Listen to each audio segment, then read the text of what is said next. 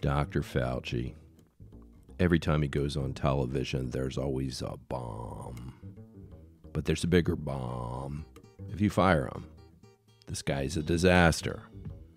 People are tired of COVID. I have these huge rallies. People are saying whatever.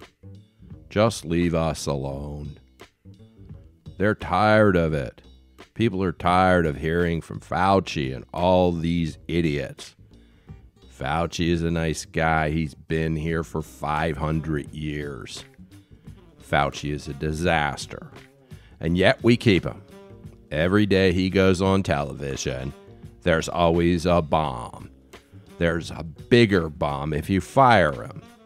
But Fauci is a disaster. If I listened to him, we'd have 800,000 deaths. If there's a reporter on, you can have it just the way I said it. I couldn't care less.